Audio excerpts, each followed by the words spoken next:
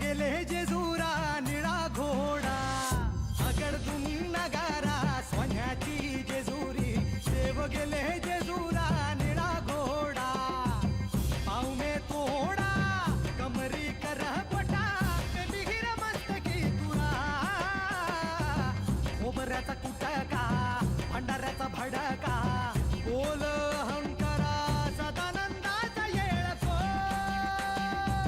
सदानंदाचा येळको जय देवा जय देवा जय देवा जय देवा जय देवा जय शिव मातंडा जय देवा जय देवा जय देवा जय देवा जय देवा जय शिव मातंडा हरिमर्दना मल्हारी तुझी प्रचंडा जय देवा जय देवा जय देवा जय देवा जय देवा जय शिव मातंडा हरिमर्दना मल्हारी तुझी प्रचंडा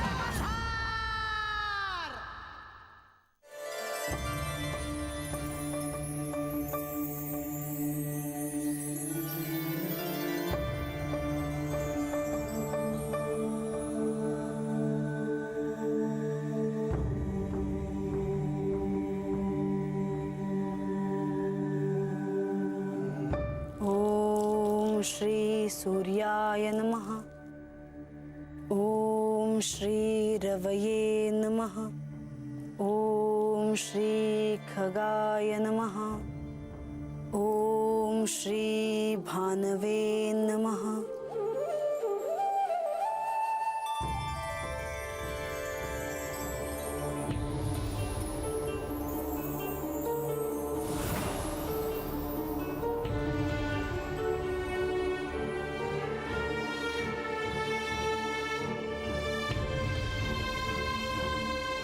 देवी,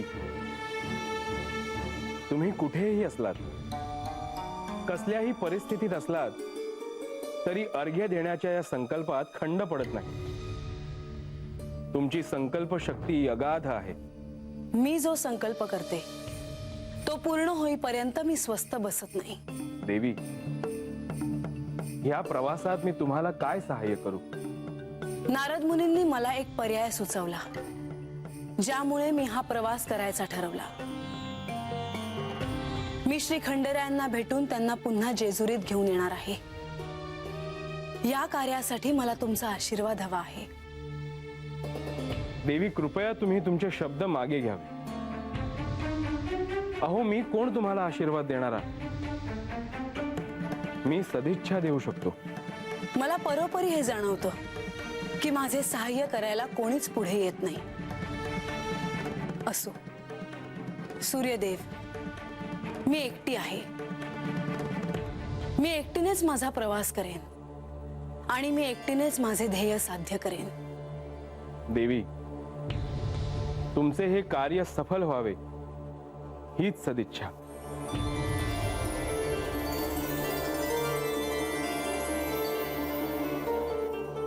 हे महादेव, हे मार्तंड भैरव, मी तुमच्याकडे येते आहे तुम्हाला सोबत घेऊन जायला। तुम्ही केवळ माझ्या समोर या, मग सगळे पाहतील की ही म्हाळसा काय करू शकते ते।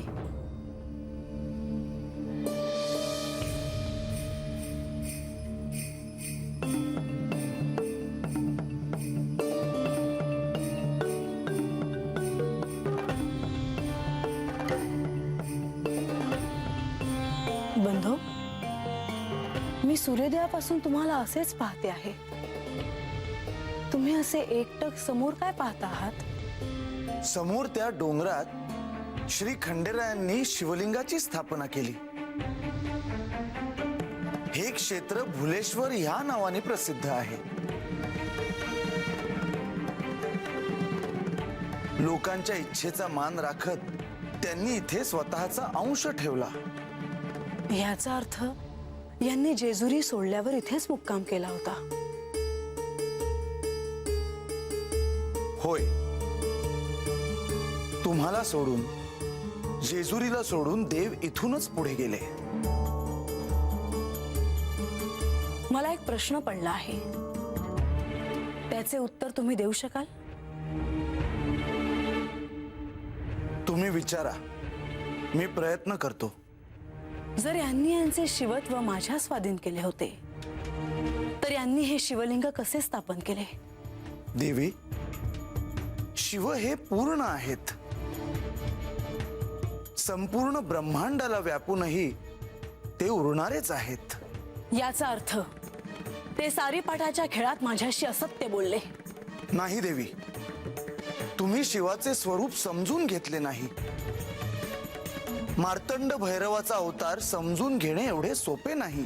तुम्ही त्यांची स्तुती करणारच. त्यांचे स्वरूप जर एवढे अमर्याद आहे तर स्वतःच्या पत्नीला सोडून रानावनात राहणाऱ्या कुठल्या तरी मुलीसाठी त्यांनी आपला प्रपंच का मोडला? देवी, मी तुम्हाला खात्रीने सांगतो की एक दिवस असा येईल जिथे तुम्हाला तुमच्या सर्व प्रश्नांची उत्तरं मिळालेली असतील. असे होईलही कदाचित, परंतु त्यांनी माझा जो विश्वासघात केला आहे त्याला मी कधीही क्षमा करणार नाही.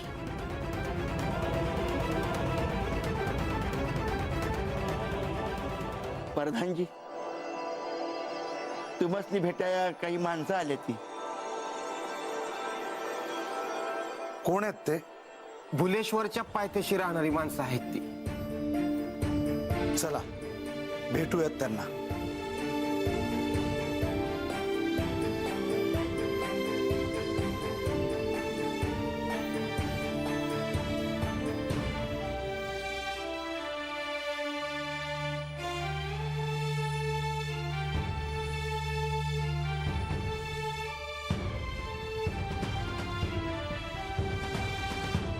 प्रधानजी, तुम्हाला आम्ही ओळखलं. देव होतं, आलं होतं बघ. त्यांचं पाय इथल्या मातीला लागलं आणि समध्यांचं कल्याण झालं बघ. आमच्यासाठी भुलेश्वराच्या रूपानं देव होतं राहिलं. आता पीक पाणी कमी नाही, समधी सुखी झालेत बघा. श्री खंडेराय जेजुरी सोडून प्रवासाला निघाले तेच मुळी लोकांच्या उद्धारासाठी. खरं आहे, देवाचं पाय लागलं आणि किरपा झाली बघा. जो नास्तिक होता तो बी आस्तिक झालाय बघा. जी कष्ट करत नव्हती ती बी कष्ट करायला लागल्यात. जो परपंच करीत नव्हता त्याचा परपंच उभा राहिला बघा. एवढं सगळं केलं यांनी, पण माझा संसार मोडला ना. पण खरंच यांना हे कार्य करायचं होतं की परस्त्रीकडे जायचं होतं? ह्या कोण म्हणायच्या? दादा, लय लांबचा प्रवास आहे. अरे अर्थात बोलत उभं राहिलं तर पुढं कधी जाणार? चला चला चला. वय वय.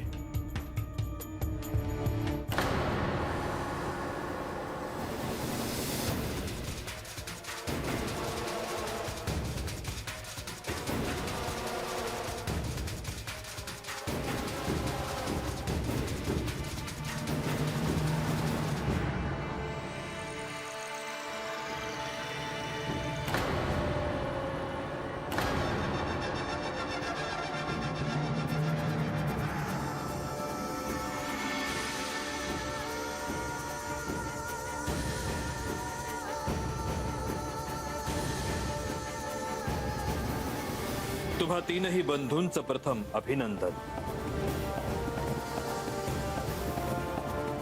दैत्यकुळात जे कुणालाही शक्य झालं नाही ते तुम्ही करून दाखवलं. कठोर तपश्चर्येचं फळ म्हणून जे वरदान ब्रह्मदेवांकडून तुम्हाला मिळालं आहे त्याचा उपयोग दैत्यकुळाच्या उद्धारासाठी व्हावा अशी माझी इच्छा आहे. आचार्य, आपले आशीर्वाद मिळाले. आता पुढील कार्य निर्विघ्न पार पडेल. पण ह्या पुढे तुम्ही काय करायचं ठरवलं आहे? आचार्य,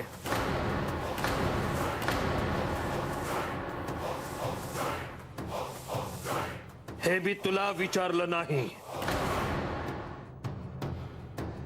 दैत्य कुळाचा तुझ्याकडून कोणत्याही प्रकारचा उद्धार होईल अशी आशा मी कधीच सोडली आहे. झालाच तर तुझ्यामुळे दैत्य कुळाचा विनाशच होईल. आचार्य, आपण शांत व्हावे. सगळ्या दैत्यांनी एकत्र येण्याची हीच वेळ आहे. तुम्ही पुढे काय करायचं ठरवलं आहे? ग्रहमालेत स्वर्ण, रौप्य आणि तांब्याची 3 विस्तीर्ण नगरं बांधायची आहेत. आणि या 3ही नगरातून आम्ही संपूर्ण सृष्टीवर राज्य करू. पण सृष्टी राहिली तर ना?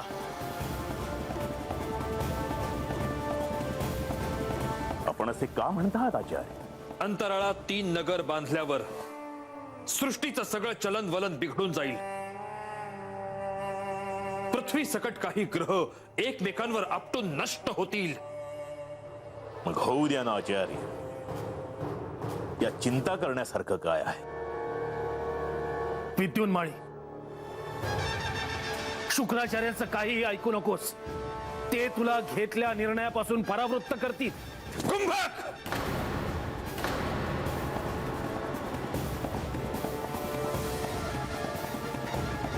आचार्य, तुम्ही मला माघार घ्यायला सांगता?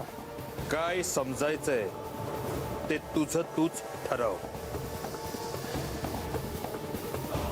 पण या सृष्टीची मूल्य समजून घ्या. अंतराळात 3 नगर बांधण्याऐवजी पृथ्वीचा काही भूभाग दैत्यांच्या संपूर्ण साम्राज्यासाठी आपण घेऊया आणि उर्वरित भाग देव आणि मनुष्य यांच्यासाठी सोडून देऊया. आचार्य, सुईच्या टोका इतकी ही जागा मी देवांसाठी सोडणार नाही. सगळीकडे, अगदी सगळीकडे दैत्य कुळाचं साम्राज्य असेल.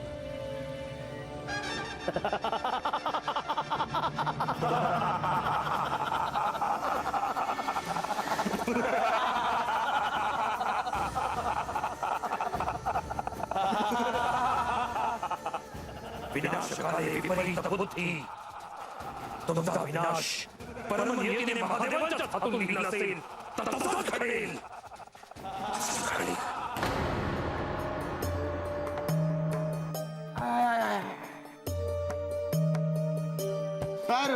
काय झालं? नाही गणोबा, तुला राग येणार नसेल ते की विचारू का र? काय विचारणार ते ठाव आहे मला. अरे नाही म्हणजे आपण सकाळ धरणं चालतोय बघ. पायाचं तुकडं पडले, ती घसा कोरडा पडलाय. पोटात कावळं ओढायला लागले. अरे आपण थांबणार आहे का नाही? देवी म्हणते तवा. हा, तो पतूर तोंडातून एक तकार सबूत काढायचं नाही. अरे देवा, म्या काय जिता परत जात नाही वाटत. चल थांबा.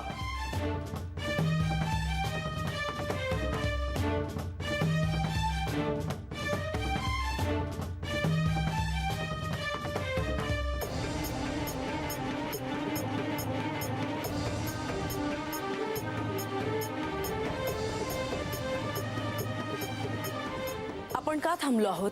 देवी, रणरणत ऊन आहे. सगळे सकाळपासून चालतायत. सावली पाहून विश्रांती घेऊ. सगळ्यांच्या भोजनाची व्यवस्था करू. सगळ्यांना तहान भूक लागली असेल, सगळे थकले असतील, हे मला मान्य आहे. पण लवकरात लवकर चंदनपुरीला पोहोचणं हे देखील महत्वाचं आहे. म्हाळसा, काही वेळ विसावा घेतला तर काही फरक नाही पडणार. तुला तर कारणच हवं मला सल्ला द्यायला. तुम्ही माझ्यासाठी एवढंही करू शकत नाही? प्रवास सुरू करूया.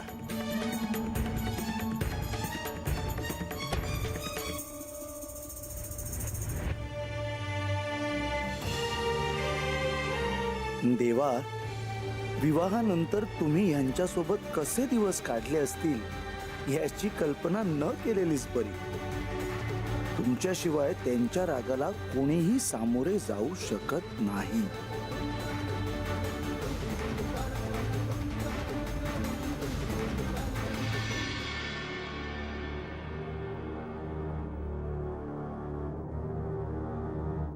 भाला सांगू का, कामासनी जेजुरीला जायचं आहे म्हणून. मग त्यात काय, सांगून टाकायचं. ते थोडीच नाही म्हणणार आहे. तसं नव्ह, आधी विचारलं असतं तर तो नाही म्हणला नसता. पर आता आपल्या वस्तीवर ते राक्षस आलं आहे. त्यांनी आपल्या वस्तीवरच नाही तर समधीकडं देवाची पूजा होम हवन करायला मनाई केली असेल. मग आजाला भेव वाटणारच. पर त्याला सांगू का म्हातार बाबाला जेजुरीला घेऊन जाणार आहोत म्हणून. ए बानू, बघ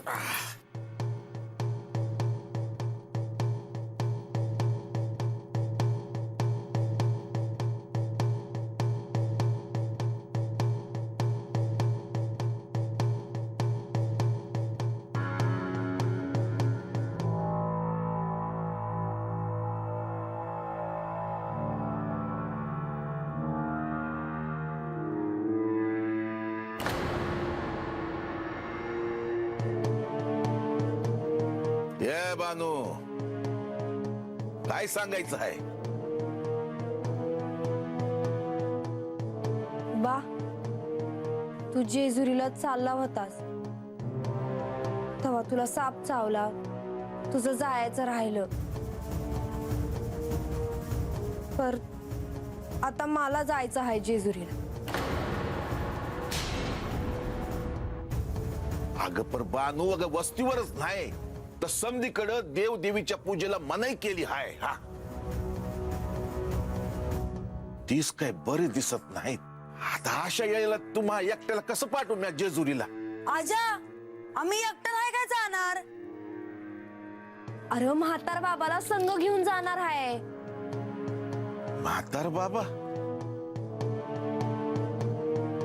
अगं पर त्योच म्हणत होता ना, इप्रीत घडणार, इप्रीत घडणार, आणि तसंच घडलं बघ. ह्यो खंडू काय साधा माणूस नाही बघ. आता त्यो संघ येणार असेल ना, हा, तर तुम्ही जा जेजुरीला. हा,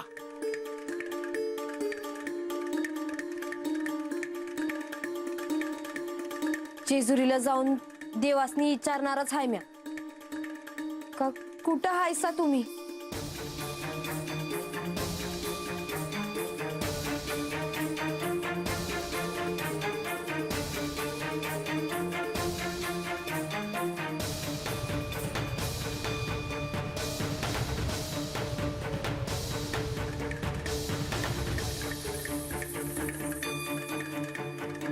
खंडू,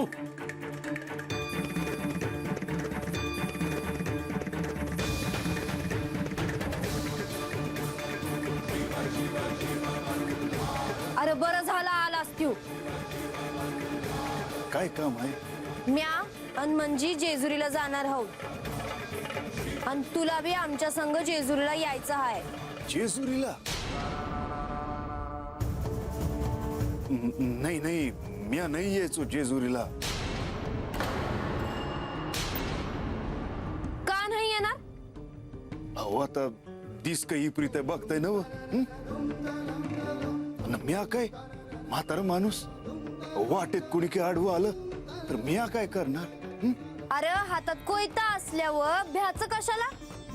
नाही नाही, मला तर लई भ्या वाटतं बघा. कुणाचं भ्याव वाटतंय? अहो त्या राक्षसाचं.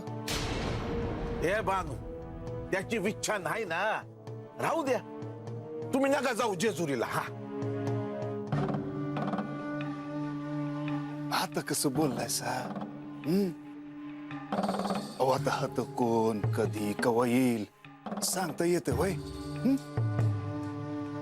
तेव्हा म्या म्हणतो, म्या हातच थांबतो.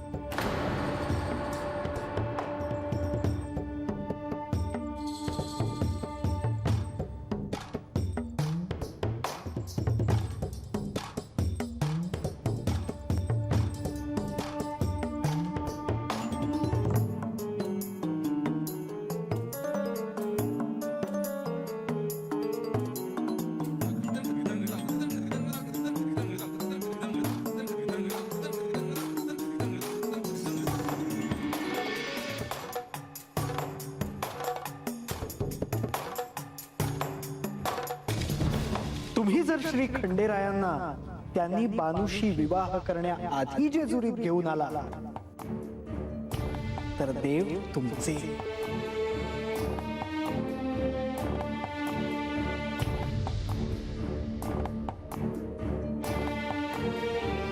म्हाळसा, दूध घे. सकाळपासून तू काही खाल्लं नाहीस. नको आहे मला. तहान भूक हरवली आहे माझी.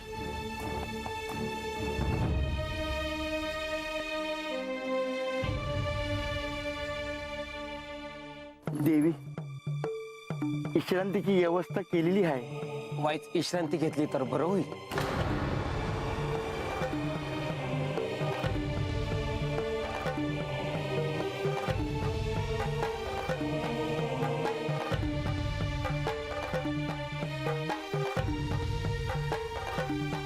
मी जेजुरी सोडून तुम्हाला भेटण्यासाठी, तुम्हाला घेऊन जाण्यासाठी निघाले आहे. पण तुम्ही मला भेटाल असा कुठलाही शुभ संकेत घडला नाही. असे का? तुम्ही कुठे आहात? तुम्ही काय करता आहात?